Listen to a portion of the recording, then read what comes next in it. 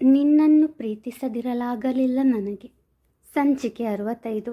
ಬೆಳಿಗ್ಗೆ 6 ಗಂಟೆ alarm ಸದ್ದಿಗೆ ಎಚ್ಚರಗೊಂಡವಳು. Alarm of ಮಾಡಿ ಹಾಸಿಗೆಯಿಂದ ಏಳುವಾಗ ಅವಳ ಕೈ ಹಿಡಿದು ಎಳೆದ ಪ್ರತ್ಯೂಷ್. ಅವನು ಎಳೆದ ರಭಸಕ್ಕೆ ನೇರ ಅವನ ಎದೆಯ ಮೇಲೆ ಬಿದ್ದಳು ಮೀರಾ. ಕಣ್ಮುಚ್ಚಿಯೇ ಮುಗುಳ್ನಗುತ್ತಾ ಐ ಲವ್ ಯು ಮೀರಾ ಎಂದನು ಪ್ರತ್ಯೂಷ್. ಐ ಲವ್ ಯು ಎಲ್ಲ ಆಮೇಲೆ, ಮೊದಲು ನನ್ನ ಬಿಡಿ, ನಾನು ಹೇಳಬೇಕು. ಅವಳನ್ನು ಇನ್ನೂ ಗಟ್ಟಿಯಾಗಿ ತಬ್ಬಿಕೊಂಡವನು. ಯಾಕಿಷ್ಟು ಅವಸರ? ಸ್ವಲ್ಪ ಹೊತ್ತು ಹೀಗೆ ಮಲಗು ನನ್ನ ಎದೆ ಮೇಲೆ, ನನ್ನ ಹೃದಯ ಬಡಿತ ಕೇಳುತ್ತಾ. ಓಕೆ, ಹಾಗಾದರೆ ನೀವಿವತ್ತು ಕಾಲೇಜಿಗೆ ಹೋಗಲ್ವಾ? ಹೋಗ್ತೀನಿ. ನಾನಿವತ್ತು ಕಾಲೇಜಿಗೆ ಬರ್ತೀನಿ. ಎಕ್ಸಾಮ್ಗೆ ಇನ್ನೂ ಸ್ವಲ್ಪ ದಿನ ಬಾಕಿ ಇರೋದು. ಸೊ ಪ್ಲೀಸ್ ನನ್ನನ್ನು ಬಿಟ್ಟರೆ ನಾನು ರೆಡಿಯಾಗಿ ಕಾಲೇಜಿಗೆ ಬರ್ತೀನಿ. ಓಕೆ, ಬಿಡ್ತೀನಿ. ಆದರೆ ಅದಕ್ಕೂ ಮೊದಲು ಎಂದವನು ಅವಳ 2 ಕೆನ್ನೆಗೆ ದೀರ್ಘವಾಗಿ ಚುಂಬಿಸಿದ. ಛೀ, ನೀವಿನ್ನೂ ಹಲ್ಲುಜ್ಜಿಲ್ಲ ಕೊಳಕ. ಛೀ, ಒಬ್ಬ ಲೆಕ್ಚರರ್ ಆಗಿ ಹೇಗೆ ಮುದ್ಕೊಡ್ತಿದ್ದೀರಲ್ಲ, ಛೀ. ಯಾಕೆ ಲೆಕ್ಚರರ್ ತನ್ನ ಹೆಂಡತಿಯನ್ನು ಮುದ್ದು ಮಾಡಬಾರ್ದಾ ಎಂದ ಕಣ್ಣು ಹೊಡೆಯುತ್ತಾ. ಉರಿಗಣ್ಣಿನಿಂದ ತನ್ನ ಪತಿಯ ಕಡೆಗೆ ನೋಡಿದವಳು. ಮುದ್ದು ಮಾಡಬೇಡಿ ಅಂದಿಲ್ಲ ನಾನು, ಹಲ್ಲುಜ್ಜತೆ ಮುತ್ತು ಕೊಡಬೇಡಿ ಅಂದೆ ಅಷ್ಟೆ. ಸರಿ, ನಾನು ಬೇಗ ರೆಡಿ ಆಗ್ತೀನಿ ಎಂದವಳು ಅಲ್ಲಿಂದ ಹೋದಳು. ದೇವ್ರೆ, ತುಂಬ ಥ್ಯಾಂಕ್ಸ್ ನಿಮಗೆ. ಅಂತೂ ನನ್ನ ಮೀರಾ ಮೊದಲಿನ ಹಾಗೆ ಆದಳು. ಎಲ್ಲಿ ನನ್ನನ್ನು ಒಪ್ಕೊಳ್ತಾಳೋ ಇಲ್ವೋ, ಇಲ್ಲಿ ಹೇಗೆ ಅಡ್ಜಸ್ಟ್ ಆಗ್ತಾಳೋ ಏನೋ. ತುಂಬ ಮೌನಿಯಾಗಿದ್ದವಳನ್ನು ನೋಡಿ ತುಂಬ ಸಾರಿ ನೋವಾಗಿತ್ತು ನನಗೆ. ಕೊನೆಗೂ ಮೊದಲಿನಂತೆ ಆದಳು, ಅಷ್ಟು ಸಾಕು ಎಂದು ಮೇಲೆ ನೋಡುತ್ತಾ ಕೈ ಮುಗಿದು ಹೇಳಿದ. Good morning ಉಷಾಮ್ಮ.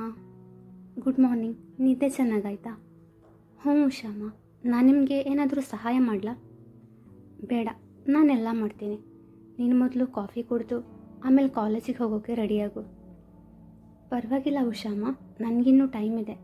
ಪ್ಲೀಸ್, ನಾನು ನಿಮ್ಮ ಜೊತೆ ಏನಾದರೂ ಕೆಲಸ ಮಾಡ್ತೀನಿ. ಸರಿ, ನನ್ನ ಮಾತು ಎಲ್ಲಿ ಕೇಳ್ತೀಯಾ? ತರಕಾರಿ ಕಟ್ ಮಾಡಿ ಕೊಡು, ಅಷ್ಟು ಸಾಕು. ಸರಿ ಎನ್ನುತ್ತಾ ತರಕಾರಿ ಕಟ್ ಮಾಡತೊಡಗಿದಳು.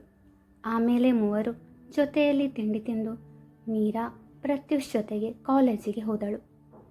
ಕಾಲೇಜಿಗೆ ಹೋದಾಗ ಮುದ್ದಾದ ಜೋಡಿಯನ್ನು ನೋಡಿ ಕೆಲವರು ಖುಷಿಪಟ್ಟರೆ ಇನ್ನು ಕೆಲವರಿಗೆ ಅಸೂಯೆಯಾಗಿತ್ತು. ಮೀರಾ ಕ್ಲಾಸ್ ರೂಮ್ಗೆ ಹೋದರೆ ಪ್ರತ್ಯೂಷ್ ಸ್ಟಾಫ್ ರೂಮ್ಗೆ ಹೋದ. ಅಲ್ಲಿ ಅವನ ಸಹೋದ್ಯೋಗಿಗಳು ಅವನಿಗೆ ಶುಭಾಶಯಗಳನ್ನು ತಿಳಿಸಿದರು. ಮೀರಾ ಕ್ಲಾಸಿಗೆ ಹೋದಾಗ ಸಾಕ್ಷಿ ಅದಾಗಲೇ ಅವಳಿಗಾಗಿ ಕಾಯುತ್ತಾ ಕುಳಿತಿದ್ದಳು. ಹಾಯ್ ಎಂದು ಅವಳ ಪಕ್ಕ ಕುಳಿತಳು ಮೀರಾ. ಹಾಯ್, ಏನಮ್ಮ ಇಷ್ಟು ಬೇಗ ಕಾಲೇಜಿಗೆ ಬಂದುಬಿಟ್ಟಿದ್ಯಾ? ಹನಿಮೂನ್ಗೆ ಹೋಗೋ ಪ್ಲ್ಯಾನ್ ಏನೂ ಇಲ್ವಾ ಎಂದು ಕಣ್ಣು ಹೊಡೆಯುತ್ತಾ ಹೇಳಿದಾಗ, ಇಲ್ಲ, ನಿನ್ನ ಮದುವೆ ಆದಮೇಲೆ ನೀನು ನಿನ್ನ ಗಂಡ ಹನಿಮೂನ್ಗೆ ಹೋಗುವಾಗ ನಾವಿಬ್ಬರು ನಿಮ್ಮ ಜೊತೆ ಬರೋಣ ಅಂತ ಎಂದಾಗ ಸಾಕ್ಷಿ ಬಾಯಿ ಬಿಟ್ಟು ನೋಡಿದಳು. ಮೀರಾ, ಇದು ನೀನೇನಾ? ಹೌದು ಕಣೆ, 100% ಇದು ನಿನ್ನ ಮೀರಾನೆ. ಮೌನ ದೇವತೆಯಂತೆ ಇದ್ದವಳು ಮಾತಿನ ಮಲ್ಲಿ ಆಗಿಬಿಟ್ಲು ಅಂದರೆ ನನ್ನಿಂದ ನಂಬೋಕ್ಕಾಗ್ತಿಲ್ಲ. ಅದೇನು ಗೊತ್ತಾ, ನಾನು ಮೊದಲಿಂದಾನು ಹೀಗೆ ಮಾತಾಡ್ತಾ ತರಲೆ ಮಾಡ್ತಿದ್ದೆ. ಆದರೆ ನನ್ನ ಜೀವನದಲ್ಲಿ ನಡೆದ ಕೆಲವು ಕಹಿ ಘಟನೆಗಳಿಂದ ಮೌನಿಯಾಗಬೇಕಾಗಿತ್ತು ಎಂದಳು ಕಣ್ಣಂಚಿನ ನೀರು ಒರೆಸುತ್ತಾ. ಕಾರಣ ಏನೇ ಇರಲಿ, ನನಗೆ ಈ ಮೀರಾ ವರ್ಷನ್ 2 ತುಂಬ ಇಷ್ಟ ಆದಳು ಎಂದು ಅವಳನ್ನು ತಬ್ಬಿಕೊಂಡಳು ಸಾಕ್ಷಿ. ಕ್ಲಾಸಿನಲ್ಲಿ ಕೆಲವರು ಮೀರಾಳ ಮದುವೆ ವಿಷಯ ತಿಳಿದು ಮೀರಾಳ ಹತ್ತಿರ ಬಂದವರೇ, ಕಂಗ್ರಾಟ್ಸ್ ಮೀರಾ, ನೀನು ಮತ್ತು ಪ್ರತ್ಯೂಷ್ ಸರ್ ಇಬ್ಬರು ಮೇಡ್ ಫಾರ್ ಈಚ್ ಅದರ್. ನಿಮ್ಮಿಬ್ಬರನ್ನು ಜೊತೆಯಲ್ಲಿ ನೋಡುವಾಗ ತುಂಬ ಖುಷಿಯಾಗುತ್ತೆ ಎಂದರು. ಅವಳು ಚಂದದ ನಗು ಬೀರಿದವಳು ಥ್ಯಾಂಕ್ ಯು ಆಲ್ ಎಂದಳು. ಇನ್ನು ಕೆಲವರು ಮಾತೇ ಬರದ ಮೌನಗೌರಿ ಅಂತಿದ್ದವಳು ಅದೇನು ಮೋಡಿ ಮಾಡಿದ್ಲೋ ಏನೋ, ಸರ್ನ ಬುಟ್ಟಿಗೆ ಹಾಕೊಂಡ್ಬಿಟ್ಲು ಎಂದು ಅವಳಿಗೆ ಕೇಳಿಸುವಂತೆ ಹೇಳಿದರು. ಮೊದಲಿನ ಮೀರಾ ಆಗಿದ್ರೆ ಸುಮ್ಮನೆ ಕುಳಿತು ಅಳುತ್ತಿದ್ದಳೇನು, ಆದರೆ ಇವಳು ಹಳೆ ತರಲೆ ಮೀರಾ. ಕುಳಿತಲ್ಲಿಂದ ಎದ್ದು ನಿಂತು ಅವರ ಬಳಿಗೆ ಹೋದವಳು ಕೈಕಟ್ಟಿ ನಿಂತು, ನಿಮಗೇನಾದರೂ ವಿಟಮಿನ್ ಎ ಡಿಫಿಷಿಯನ್ಸಿ ಇದೆಯಾ ಎಂದಾಗ ಅವರು ಕಣ್ಣು ಪಿಳಿಪಿಳಿ ಬಿಟ್ಟು ಅರ್ಥವಾಗದವರಂತೆ ಅವಳನ್ನೇ ನೋಡಿದಾಗ, ಓ, ಸೈನ್ಸ್ ಟರ್ಮ್ ಅರ್ಥ ಆಗಲಿಲ್ಲ ಅಲ್ವಾ? ನೀವೆಲ್ಲ ಸೈನ್ಸ್ ಸ್ಟೂಡೆಂಟ್ಸ್. ಇರಲಿ ಬಿಡಿ, ಪರವಾಗಿಲ್ಲ. ನಿಮ್ಗೆ ಅರ್ಥ ಆಗೋ ಥರ ಸರಳವಾದ ಭಾಷೆಯಲ್ಲಿ ಹೇಳ್ತೀನಿ. ನಿಮಗೆ ಕಣ್ಣು ಸರಿಯಾಗಿ ಕಾಣಿಸುತ್ತೆ ತಾನೆ? ನಾನು ಕಾಲೇಜ್ಗೆ ಬರುವಾಗ ಬ್ಯಾಗ್ ಮತ್ತು ಬುಕ್ಸ್ ಬಿಟ್ಟು ಬೇರೇನೂ ತಂದವಳೇ ಅಲ್ಲ. ಇನ್ನೂ ಬುಟ್ಟಿ ತಗೊಂಡು ಬರ್ತೀನಾ? ಮತ್ತು ಬುಟ್ಟಿಯಲ್ಲಿ ಹಾಕೋಕ್ಕೆ ಅವರು ಬೆಕ್ಕಿನ ಮರಿನೋ ಅಥವಾ ನಾಯಿ ಮರಿನೋ ಅಲ್ಲ. ನಾನು ಕಾಲೇಜಿಗೆ ಬರೋದು ಓದಲಿಕ್ಕೆ. ಇಲ್ಲಿ ಬುಟ್ಟಿಯ ಅವಶ್ಯಕತೆ ಇಲ್ಲ. ಹಾಂ, ಇವಾಗ ಒಂದು ಮಾತು ನೆನಪಾಯಿತು ನೋಡಿ. ಕೆಲವರಿಗೆ ಕೊಂಕು ನುಡಿಯದಿದ್ದರೆ ತಿಂದನ್ನ ಅರ್ಗಲ್ವಂತೆ. ಬಹುಶಃ ನಿಮ್ಮಂಥವರನ್ನು ನೋಡಿ ಆ ಮಾತು ಹೇಳಿರಬೇಕು ಅನಿಸುತ್ತೆ ಎಂದು ನುಡಿದಾಗ ಪ್ರತ್ಯೂಷ್ ಕ್ಲಾಸ್ಗೆ ಬಂದು, ಏನಾಗ್ತಿದೆ ಇಲ್ಲಿ? ಬೆಲ್ ಹೊಡೆದದ್ದು ಕೇಳಿಸ್ತದೆ ತಾನೇ? ಮೀರಾ, ನೀನಲ್ಲಿ ಏನು ಮಾಡ್ತಿದ್ಯಾ ಎಂದು ಪ್ರಶ್ನಿಸಿದಾಗ, ಕ್ಷಮಿಸಿ ಸರ್, ಇವರಿಗೆ ಬುಟ್ಟಿ ಹೆಣೆಯುವುದು ಹೇಗೆ ಅಂತ ಗೊತ್ತಿಲ್ವಂತೆ. ಕಾಲೇಜಲ್ಲಿ ಬುಟ್ಟಿ ಅವಶ್ಯಕತೆ ಇಲ್ಲ. ಬುಟ್ಟಿ ವಿಷಯ ಬಿಟ್ಟು ಓದೋ ಕಡೆ ಗಮನ ಕೊಡಿ ಅಂತ ಹೇಳ್ತಿದ್ದೆ ಸರ್, ಅಷ್ಟೇ ಎಂದಳು. ಸರಿ, ಬೇಗ ಹೋಗಿ ನಿನ್ನ ಜಾಗದಲ್ಲಿ ಕೂತ್ಕೋ ಎಂದವನು ಪಾಠ ಮಾಡತೊಡಗಿದನು. ಅವನು ಪಾಠ ಮಾಡಿ ಹೋದದ್ದೇ ತಡ. ವಾ ಮೀರಾ ವಾ, ನಿಜವಾದ ರೌಡಿ ಬೇಬಿ ನೀನೇ ಕಣೆ. ಏನು ಡೈಲಾಗ್ ಅದು, ಯಪ್ಪ. ಎದ್ದು ನಿಂತು ಜೋರಾಗಿ ವಿಸಿಲ್ ಹಾಕಬೇಕು ಅನ್ನಿಸ್ತಿತ್ತು ನನಗೆ. ನಿನ್ನ ಗಂಡ ಬಂದ ಅಂತ ಸುಮ್ಮನಿದ್ದೆ. ಇಂದು ಸಾಕ್ಷಿ ಮೀರಾಳಲ್ಲಿ ಹೇಳಿದಾಗ ಮೀರಾ ಅವಳ ಕಡೆ ಒಂದು ಉರಿನೋಟ ಬೀರಿ, ಬಂದ ಅಲ್ಲ ಬಂದರು. ಅವರು ನಮ್ಮ ಸರ್, ಏಕವಚನದಲ್ಲಿ ಕರಿಬಾರ್ದು. ಅವರ ಬಗ್ಗೆ ಹೇಳುವಾಗ ಬಹುವಚನ ಉಪಯೋಗಿಸು ಎಂದಳು. ಸಾಕ್ಷಿ ಅವಳಿಗೆ ಕೈ ಮುಗಿದು, ತಮ್ಮ ಅಪ್ಪಣೆಯಂತೆ ಆಗಲಿ ಮಹಾರಾಣಿ ಎಂದು ನಾಟಕೀಯವಾಗಿ ನುಡಿದು, ನೀನು ಲೇಡಿ ಹಿಟ್ಲರ್ ಆಗಿಬಿಟ್ಟಿದ್ಯಾ ಕಣೆ ಎಂದಳು. ಮೀರಾ ಅವಳ ತಲೆಗೆ ಮೊಟಕಿ, ಪಾಠದ ಕಡೆಗೆ ಗಮನ ಕೊಡು ಎಂದಳು. ಚೇತುಗೆ ತುಂಬ ದಿನಗಳ ನಂತರ ಆಫೀಸಿಗೆ ಬಂದೋದ್ರಿಂದ ತುಂಬ ವರ್ಕ್ಲೋಡ್ ಇತ್ತು. ಲ್ಯಾಪ್ಟಾಪ್ ನೋಡಿ ನೋಡಿ ತಲೆನೋವು ಬಂದಿತ್ತು. ದಿಶಾ ತಕ್ಷಣ ಅವನಿಗೆ ಕಾಫಿ ತಂದು ಕೊಟ್ಟಳು. ಅದನ್ನು ಕುಡಿದ ಬಳಿಕ ಹಾಯ್ ಎನಿಸಿತು ಅವನಿಗೆ. ಕೆಲಸದಲ್ಲಿ ಮಗ್ನನಾದವನಿಗೆ ಸಮಯ ಸರಿದದ್ದು ತಿಳಿಯಲೇ ಇಲ್ಲ. ದಿಶಾ ಅವನ ಜೊತೆಗೆ ಇರುವ ಅವಕಾಶವನ್ನು ಚೆನ್ನಾಗಿ ಬಳಸಿಕೊಂಡು ಅವನಿಗೆ ಹತ್ತಿರವಾಗುವ ಪ್ರಯತ್ನ ಮಾಡುತ್ತಿದ್ದಳು. ನಿವಿ ಮನೆಗೆ ಬಂದು ಫ್ರೆಶ್ ಆಗಿ ಅಡುಗೆ ಕೋಣೆಗೆ ಹೋಗಿ ಹಾಲು ಬಿಸಿ ಮಾಡಲು ಗ್ಯಾಸ್ ಮೇಲಿಟ್ಟಳು. ನಂತರ ಅಲ್ಲೇ ಕಟ್ಟೆ ಮೇಲೆ ಕುಳಿತು ಯೋಚಿಸತೊಡಗಿದಳು. ಮೊದಲು ಮದುವೆಯಾದ ದಿನದಿಂದ ಚೇತು ಅವಳ ಜೊತೆ ನಡೆದುಕೊಂಡ ರೀತಿ ಅವಳ ಕಣ್ಮುಂದೆ ಹಾದು ಹೋಯಿತು. ಮೊದಲ ದಿನದಿಂದ ಅವನವಳಿಗೆ ಹೆದರಿದಂತೆ ಇರುತ್ತಿದ್ದುದು, ಅವಳಿಗೆ ಇಷ್ಟವಿಲ್ಲದ್ದು ಯಾವುದೂ ಮಾಡ್ತಿರಲಿಲ್ಲ.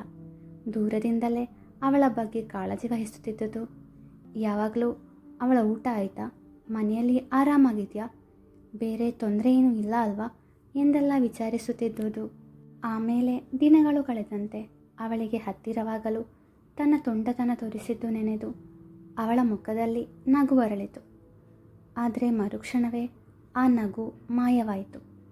ಕಾರಣ, ಇತ್ತೀಚೆಗೆ ಚೇತು ತನ್ನ ಕೆಲಸದಲ್ಲಿ ಹೆಚ್ಚು ಸಮಯ ಕಳೆಯುತ್ತಿದ್ದ. ದಿಶಾ ಬಂದ ಮೇಲಂತೂ ಅವಳು ಅವನ ಹಿಂದೆ ಮುಂದೆ ಸುತ್ತುತ್ತಿರುವುದರಿಂದ ಅವನನ್ನು ತುಂಬ ಮಿಸ್ ಮಾಡಿಕೊಳ್ಳುತ್ತಿದ್ದಳು. ಚೇತು ಮೊದಲಿನಂತೆ ತನ್ನ ಜೊತೆ ಮಾತನಾಡುವುದಿಲ್ಲ. ಊಟ ಆಯ್ತಾ ಎಂದು ವಿಚಾರಿಸದೆ, ಖುಷಿಯಾಗಿದೆಯಾ ಎಂದು ಕೇಳದೆ ಎಷ್ಟೋ ದಿನಗಳಾಗಿದ್ದವು. ಕೆಲವು ದಿನಗಳ ಹಿಂದೆ ಅವಳು ಭಯಪಟ್ಟು ಅವಳಿಗೆ ಜ್ವರ ಬಂದು ಹಾಸ್ಪಿಟಲ್ಗೆ ಸೇರಿಸಿ ತನ್ನನ್ನು ಶುಶ್ರೂಷೆ ಮಾಡಿದ್ದು ನೆನಪಿಗೆ ಬಂತು. ಅವತ್ತು ಅವನೇ ಅವಳಿಗೆ ಊಟ ಮಾಡಿಸಿದ್ದ. ಆದರೆ ಈಗ ತನ್ನ ಜೊತೆ ಸರಿಯಾಗಿ ಮಾತನಾಡುವುದೂ ಇಲ್ಲ. ಇವತ್ತು ಊಟ ಮಾಡದೆ ಕೆಲಸ ಮಾಡುತ್ತಿರುವಾಗ ಊಟ ಮಾಡಿ ಕೆಲಸ ಮುಂದುವರಿಸು ಎಂದು ಹೇಳಲಿಲ್ಲ. ಅಷ್ಟೇ ಅಲ್ಲದೆ ತನ್ನನ್ನು ಬಿಟ್ಟು ದಿಶಾ ಜೊತೆ ಊಟಕ್ಕೆ ಹೋದ ಎಂದೆಲ್ಲ ಯೋಚಿಸುತ್ತಿದ್ದವಳ ಕಣ್ಣಲ್ಲಿ ನೀರು ಬಂತು. ತಕ್ಷಣ ಎಚ್ಚೆತ್ತವಳು ನೋಡಿದಾಗ ಹಾಲು ಉಕ್ಕಿ ಬಂದು ಗ್ಯಾಸಿನ ಮೇಲೆ ಬಿತ್ತು. ಆಫೀಸಿನಲ್ಲಿ ಚೇತು ಮತ್ತು ದಿಶಾ ಜೊತೆಗಿದ್ದ ರೀತಿ ನೋಡಿ ಬೇಸರವಾಗಿತ್ತು ಅವಳಿಗೆ. ಅದು ಮಾತ್ರವಲ್ಲದೆ ಇವತ್ತೇ ಫೈಲೆಲ್ಲ ಸರಿಯಾಗಿದೆಯಾ ಎಂದು ಪರಿಶೀಲಿಸಬೇಕಾಗಿತ್ತು. ಅದಕ್ಕಾಗಿ ಒಂದೇ ಸಮನೆ ಕಂಪ್ಯೂಟರ್ ನೋಡಿ ತಲೆನೋವು ಬಂದಿತ್ತು. ತಲೆನೋವು ಬಂದಾಗ ಮಾತ್ರ ಕಾಫಿ ಕುಡಿಯುವ ಅಭ್ಯಾಸ ಅವಳಿಗೆ.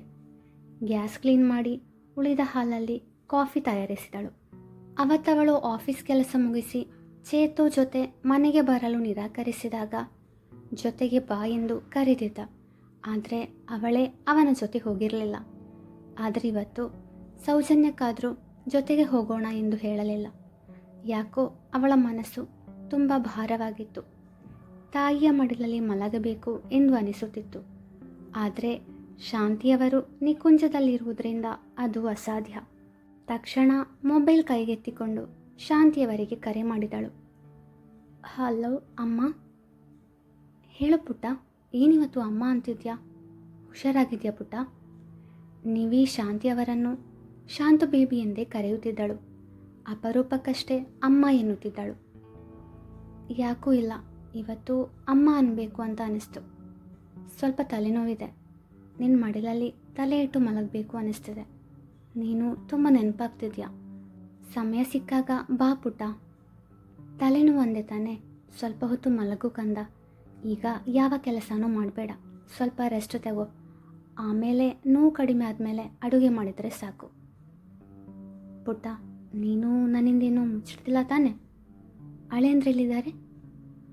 ಅವರು ಆಫೀಸಲ್ಲಿದ್ದಾರೆ, ತುಂಬ ಕೆಲಸ ಇದೆ ಅವರಿಗೆ. ನಾನು ನಿನ್ನಿಂದ ಏನನ್ನೂ ಮುಚ್ಚಿಡ್ತಿಲ್ಲ ಅಮ್ಮ. ಸರಿ, ಮತ್ತೆ ಏನಂತಾರೆ ನನ್ನ ಅಳಿಯಂದರು? ನಿನ್ನನ್ನು ಚೆನ್ನಾಗಿ ನೋಡ್ಕೊಳ್ತಾರೆ ತಾನೆ? ನೋಡದೇ ಇರ್ತಾರ ಅಲ್ವಾ? ನೀನಂದರೆ ತುಂಬ ಪ್ರೀತಿ ಅವರಿಗೆ. ನಿನ್ನ ಮಾತು ನಿಜ. ಅವರು ನನ್ನನ್ನು ತುಂಬ ಪ್ರೀತಿಸ್ತಾರೆ, ತುಂಬ ಚೆನ್ನಾಗಿ ನೋಡ್ಕೊಳ್ತಿದ್ದಾರೆ. ನಾನು ನಿನಗೆ ಆಮೇಲೆ ಕಾಲ್ ಮಾಡ್ತೀನಿಮ್ಮ. ಸ್ವಲ್ಪ ಹೊತ್ತು ಮಲಗಬೇಕು ನಾನು. ಮನೆಯಲ್ಲಿ ಎಲ್ಲರ ಹತ್ರನೂ ಕೇಳಿದೆ ಅಂತ ಹೇಳು. ಸರಿ ಪುಟ್ಟ, ನೀನು ಮಲಗು. ಬಾಯ್. ಕರೆ ಸ್ಥಗಿತಗೊಳಿಸಿದವಳು ತನ್ನ ಕೋಣೆಗೆ ತೆರಳಿ ಜೋರಾಗಿ ಅತ್ತಳು. ಅತ್ತು ಸುಸ್ತಾಗಿ ಅದು ಯಾವಾಗ ನಿದ್ದೆಗೆ ಜಾರಿದಳು ತಿಳಿಯದು. ಅವಳಿಗೆ ಎಚ್ಚರವಾದಾಗ ರಾತ್ರಿ 9 ಗಂಟೆ. ಬೇಗನೆ ಎದ್ದು ಮನೆ ಪೂರ್ತಿ ನೋಡಿದಳು. ಚೇತು ಮತ್ತು ದಿಶಾ ಇಬ್ಬರೂ ಬಂದ ಸುಳಿವಿರಲಿಲ್ಲ. ತಲೆನೋವು ಸ್ವಲ್ಪ ಕಡಿಮೆ ಆಗಿತ್ತು. ಅವರು ಹಸಿದು ಬರುವಾಗ ಊಟ ಇಲ್ಲ ಅಂದರೆ ಹೇಗೆ ಎಂದು ಬೇಗನೆ ಅಡುಗೆ ಕೋಣೆಗೆ ಹೋಗಿ ಅಡುಗೆ ಮಾಡಿದ್ಲು. ಸಮಯ 10 ಗಂಟೆ. ಅವರಿಬ್ಬರು ಮನೆಗೆ ಬರಲಿಲ್ಲ. ಮಾಡಿದ ಅಡುಗೆಯನ್ನು ಡೈನಿಂಗ್ ಟೇಬಲ್ ಬಳಿ ಜೋಡಿಸಿಟ್ಟು ಅವರಿಗಾಗಿ ಕಾಯುತ್ತಾ ಕುಳಿತಳು. ಸಮಯ 11 ಆದರೂ ಅವರು ಬರಲಿಲ್ಲ. ಕಾದು ಸುಸ್ತಾಗಿ ಅಲ್ಲೇ ನಿದ್ದೆಗೆ ಹೋದಳು. ಮುಂದುವರೆಯುವುದು